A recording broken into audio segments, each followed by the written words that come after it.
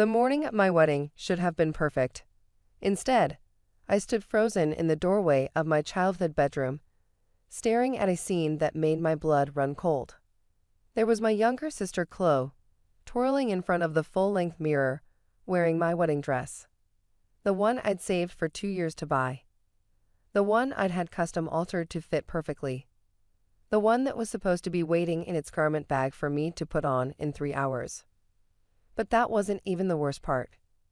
Grandma's diamond earrings, the ones she'd left specifically to me, the ones I planned to wear as my something old, sparkled from Chloe's ears as she admired herself. "Oh, Juliana," Mom gushed from where she sat on the bed. "Doesn't Chloe look absolutely stunning? Like a princess?" I couldn't speak. My throat had closed up entirely. Chloe spotted me in the mirror and spun around, the dress, my dress, swirling around her. "Julie, look. Mom said I could try it on. Isn't it gorgeous?" "Take it off," I managed to whisper. "Oh, don't be like that," Mom waved dismissively. "Let her feel special. You know how hard it's been for her since Brandon broke up with her." Brandon. Her ex-boyfriend of 3 months. Somehow, that heartbreak justified wearing my wedding dress on my wedding day. "Take it off." My voice grew stronger. "Now." Chloe's bottom lip trembled, that practiced pout that had gotten her everything she'd wanted since birth. "You're being mean. It's just a dress." "It's my dress. For my wedding, which is in 3 hours. Juliana Murray." Dad appeared behind me, already in his tux. "What's all this shouting about?" "They let Chloe wear my wedding dress," I said, my voice deadly calm.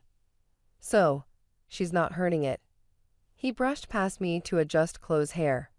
"Actually, sweetheart, you look beautiful. Maybe we should get you a dress like this for the reception."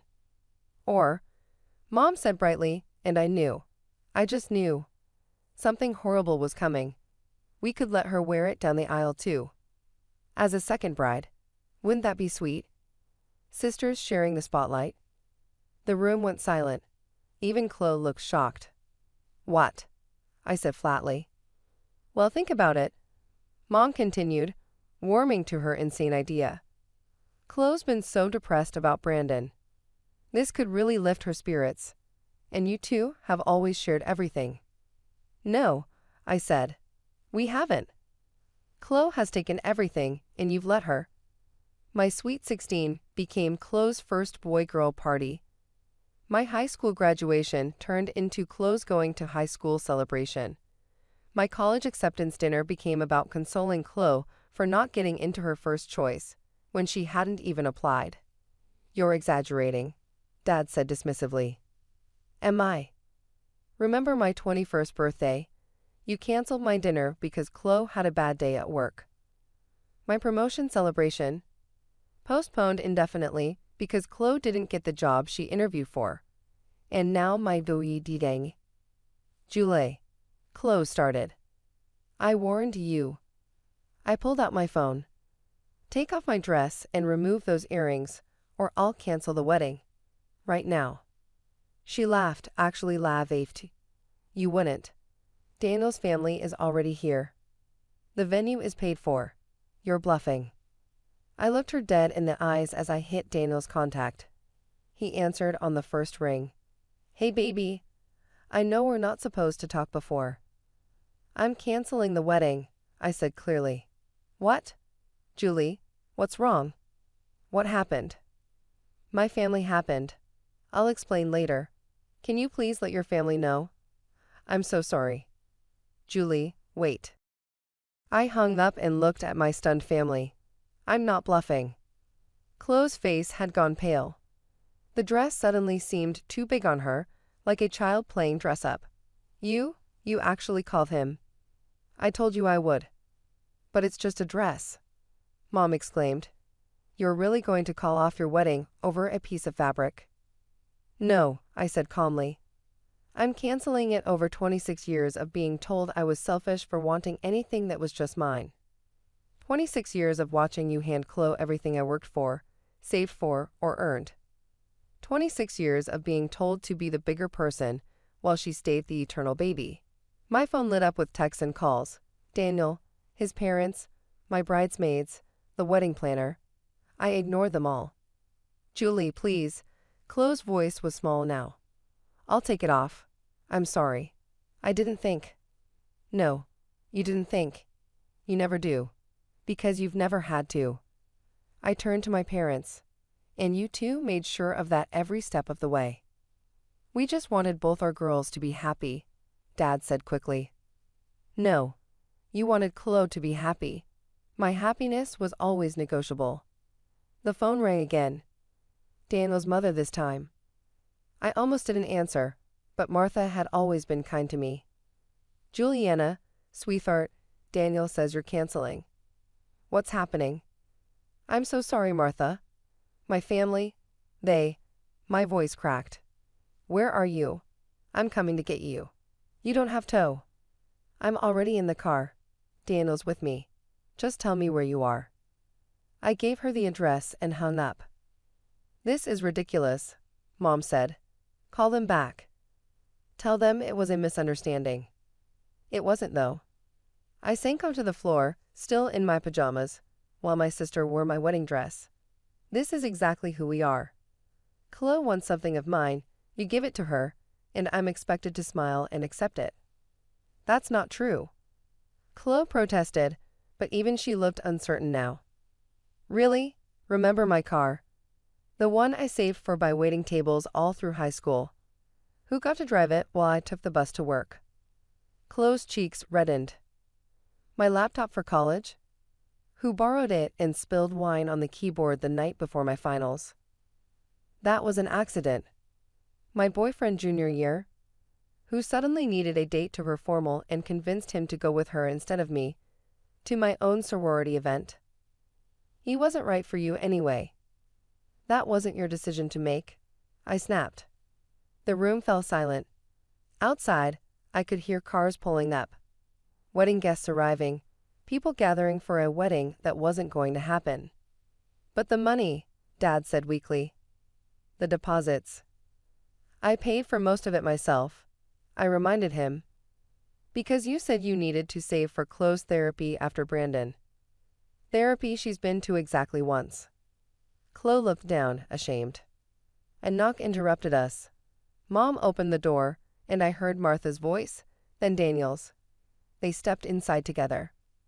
Daniel entered the room, saw Chloe in my dress, me on the floor, and my parents frozen in place. His face shifted from confusion to anger in seconds.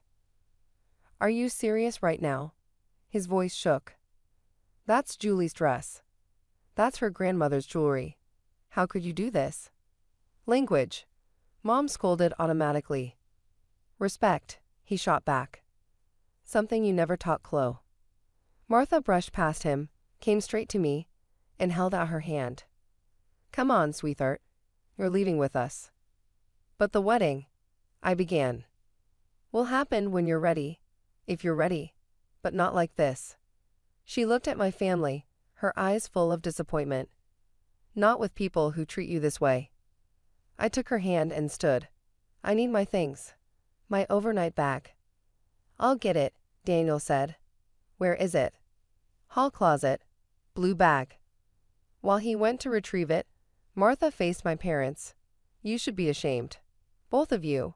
Then she turned to Chloe, who shrank back. Taking your sister's wedding dress on her wedding day? What kind of person does that? We just wanted. Mom started. You wanted to baby one daughter at the expense of the other. Well, congratulations. You've lost one of them.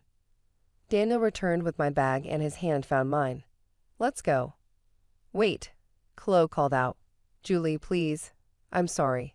I'll fix this. I'll tell everyone it's my fault. It's not just your fault, I said tiredly. It's all of us. We're broken, Chloe. This family is broken, and I can't fix it by pretending it's not. So you're just leaving? What about the guests? What about everything? I'll handle the guests, Martha said firmly. You handle yourself. Get out of that dress, young lady. Show an ounce of the respect your sister deserves. We left them there, Clothes still in my wedding dress, my parents still making excuses, the ghost of the wedding that wasn't hanging over everything. In Martha's car, Daniel held me while I finally cried. "I'm so sorry," I kept saying. "Your family came all this way." "Stop," he said gently. "They came to see us get married. That can happen anytime. What matters is you. But everyone will talk." "Let them," Martha said from the driver's seat. "Better to cancel a wedding than enter a marriage with family who don't respect you. Trust me. I've been there." She drove us to the hotel where Daniel's family was staying. In their suite, his sisters rallied around me, bringing tea and tissues and righteous anger on my behalf. "I can't believe she put on your dress." Samantha, his eldest sister, fumed. "Like, who is that?" "Someone who's never been told no," replied Lisa, the middle sister. My phone hadn't stopped ringing. Finally, I looked at the messages. Most were from confused guests. Several from my bridesmaids. And then, a text from Chloe. "I took off the dress. And the earrings. I'm sorry. I didn't realize. 26 years of taking my things, my moments, my joy. And she didn't realize." Another text from Mom. "You've ruined everything. Poor Chloe is devastated. I hope you're happy." I showed it to Daniel. He took my phone and turned it off. "So what now?" I asked the room at large. "We have a venue, vendors, guests." "Now," Martha said decisively, "we do what you want. Not what your parents want. Not what will make Chloe feel special. What do you want, Juliana?" I thought about it. Really thought about it. For the first time in my life, what did I actually want? "I want to marry Daniel," I said. "But not like this. Not with this drama hanging over everything." "So we postpone," Daniel said simply. "We'll send everyone home with our apologies, take the financial hit, and do it right later. Your family flew in from Seattle. And they'll fly in again," his dad, Robert, said from the doorway. "Jules, sweetheart, we're your family too now. We support you. Both of you." That made me cry again, but different tears. Grateful ones. We spent the rest of the day making calls. Martha and Robert handled the venue and vendors with remarkable grace. Daniel's sisters divided up the guest list. Daniel never left my side. By evening, everything was sorted. The venue understood. Martha may have mentioned something about a family emergency. Most vendors agreed to postpone for a future date. Guests were confused but supportive. Around 7, my phone rang with a number I didn't recognize. Against my better judgment, I answered. "Juliana." It was Aunt Patricia, Mom's sister. "I'm at your parents' house. I heard what happened." "I'm sure you heard their version." "Actually, I heard Chloe's version. She's pretty broken up. Keeps saying she ruined everything." "She didn't ruin everything. She was just the final straw." "I know." Patricia's voice was soft. "I've watched this dynamic for years. Watched your mother recreate the same pattern her mother did with us, golden child and scapegoat." I should have said something sooner. That stopped me cold. "What?" "Your grandmother did the same thing. Your mother was the baby, could do no wrong. I was always the one who had to give in, step aside, be understanding. I thought your mother would be different with her own kids, but she repeated the pattern." "Yes, and I'm sorry I didn't speak up. I thought it wasn't my place. But watching Chloe wear your wedding dress today, it was too much. Even for a family that specializes in too much." "You were there?" "I came by to help with hair and makeup. Walked in on the scene. Left immediately. Told your mother exactly what I thought on my way out. And she accused me of being jealous, of trying to ruin Chloe's moment." Patricia laughed bitterly. "Chloe's moment. At your wedding." We talked a bit more. Patricia offered support, shared stories of her own struggles with Mom's favoritism. It helped, knowing I wasn't crazy. That someone else saw it. After we hung up, Daniel pulled me close. Feel any better? Actually, yeah. It's like I've been carrying this weight my whole life, and now I finally put it down. Good. Because I have a question. He kissed my forehead. What do you think about eloping? Just us, my family, and whatever friends want to come. Somewhere beautiful, no drama. Really? Really? Mom's already looking at venues in Hawaii. I laughed, really laughed, for the first time all day. Your mom doesn't waste time. She's protective of the people she loves, and she loves you. I love her too. All of you. I snuggled closer. Hawaii sounds perfect. Good, because Liz is already researching photographers. 6 weeks later, I stood on a beach in Maui, wearing a simple white sundress that I'd bought myself and kept in Daniel's hotel room, exchanging vows with the man I loved. His family surrounded us, along with our closest friends. My phone had been off for 3 days. I'd sent one message to my family. Daniel and I are getting married privately. We need space to begin our marriage without drama. Please respect our boundaries. The responses had been predictable. Dad called me selfish. Mom accused me of punishing Chloe. Chloe sent a long message about how sorry she was, but also how hurt that I wouldn't let her be there. I didn't reply to any of them. As Daniel slipped the ring on my finger, I thought about families, the ones we're born into and the ones we choose. I'd spent 26 years trying to earn love that should have been freely given, accepting scraps while Chloe got the feast. No more. I now pronounce you husband and wife. Daniel kissed me as his family cheered. Martha was crying happy tears.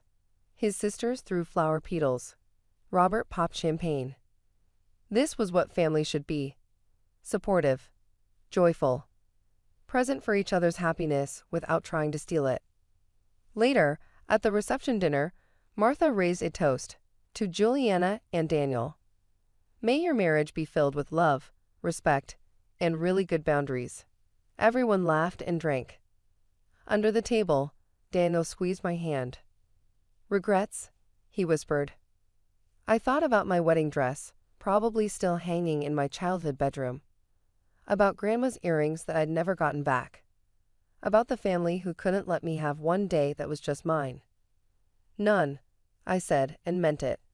This is exactly how it should be. And it was.